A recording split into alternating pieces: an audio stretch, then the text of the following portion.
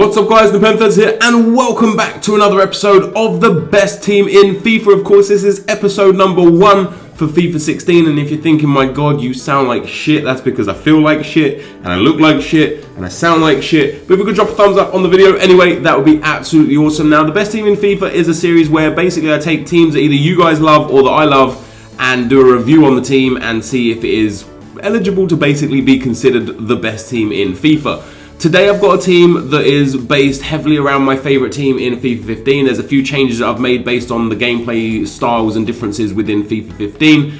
I think you guys are going to like the team. Of course, I understand that I'm playing with a very good team right now against people who don't necessarily have very good teams and don't have the money to get the very good teams. Now, how I've got this team is I've basically invested a lot of money in FIFA points, and with those FIFA points, I've packed the players, and with the coins I've got from discards, I've bought the players. So my team is very, very good. It's very, very strong. But this episode is more about setting the series away and also figuring out the formation and players and play styles that work for me, not necessarily that work against my opponent, because in my opinion that's more important for you to find a team that suits you and your style of play than it is to find a team that beats an individual opponent at any specific time during the year. So this is the team. Yes, it is insane. We have got Ribery, Suarez and Gareth Bale up front with Rakitic, Modric and Vidal in midfield. I've got Boateng, Pepe, Danilo and Alba in defence with Manuel Neuer in goal. So the reason why I went for these players is because Gareth Bale, of course you guys know, I absolutely love Gareth Bale. He's got an insane card again this year.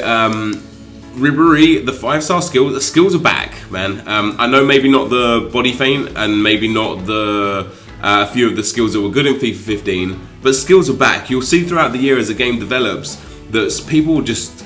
I've been getting destroyed a few times with skill moves, and it's good to see that they're back. So we've got Suarez up front. Of course, he's got a great card. Shooting is so important for your attackers this year as well. So 88 shooting should mean that he's going to be an absolute god up front.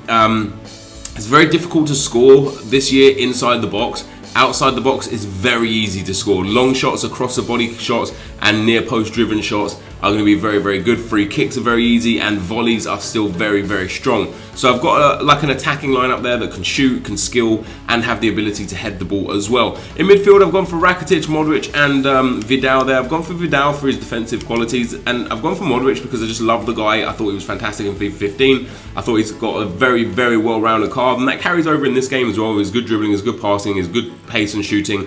His defense is nice, his physical is a little bit weak, but because I have got Vidal there anyway, I don't really mind too much. And you'll remember last year I would have had Schweinsteiger at CDM and maybe like Royce or something at left wing. We've gone for the other side this time. Vidal is unbelievable in this game, and I'm glad he's in the Bundesliga and we've got him there. And I've gone for Rakitic in midfield because once again, he's just a creative midfielder. Passing is very, very important in this game this year. All three of my midfielders have very good passing, and you're going to see that through the episode how important that is. And then in defence, I've gone for the powerhouses as per usual. Boateng with that 79 pace, 87 defending, 84 physical. Pepe with that 73 pace, 86 defending, 83 physical. Danilo with a very well-rounded card. Alba, the best left back in the game, and Neuer, the best goalkeeper in the game.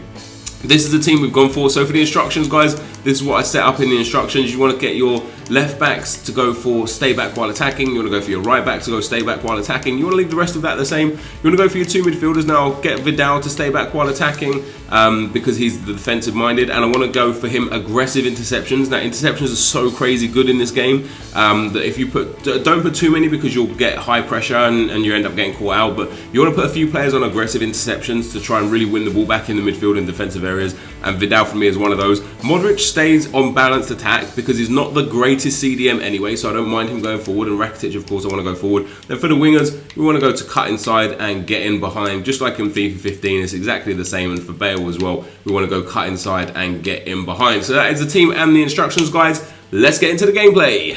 Okay guys, as we go into the gameplay, as per usual, I'm going to show you the teams that come up against and the goals that are scored. Now I think I've actually got 6 games in this video. I played a few extra just because there was a few games that just disconnected randomly.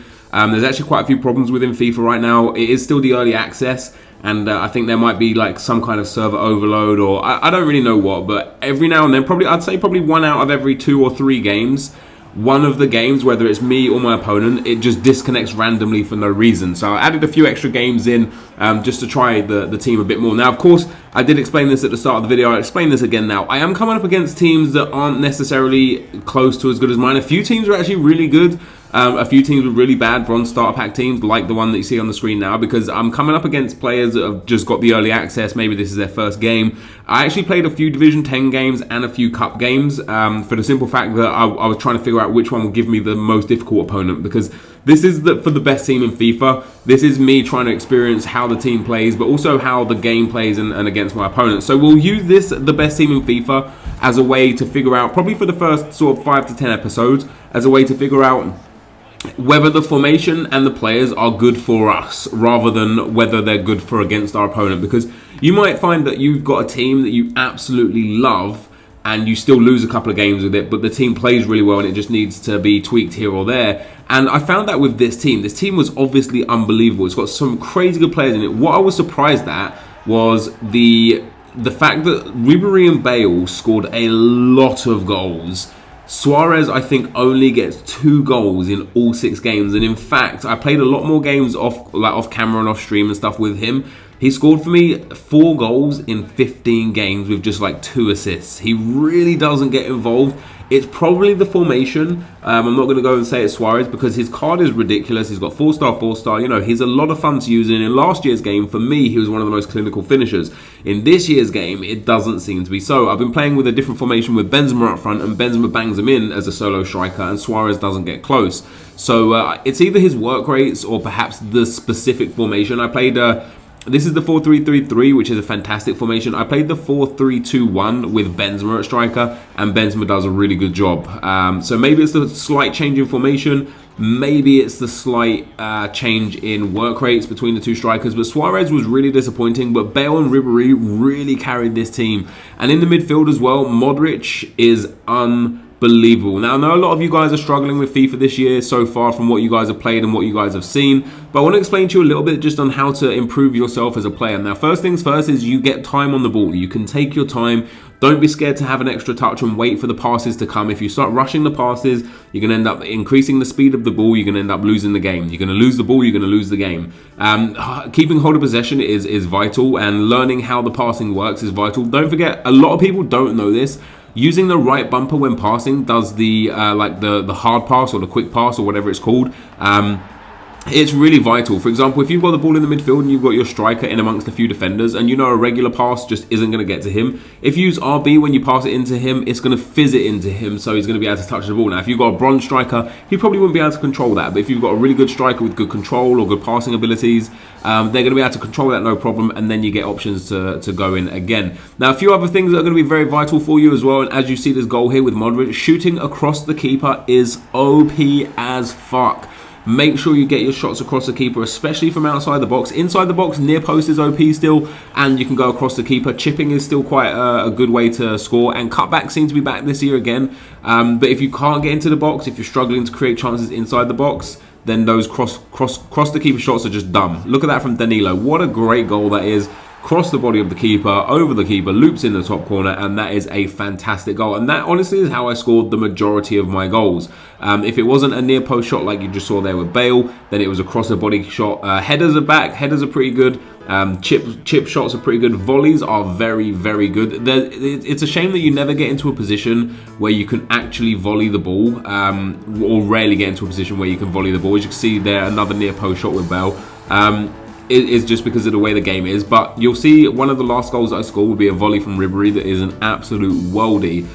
But going back to this team, like I said, you know, I'm not really coming up against the greatest of opponents. Is this a true test of what the best team in FIFA about is? Of course it is. You know, even in a month's time or 2 months' time, I'm still not going to be necessarily coming up against the best teams in the game.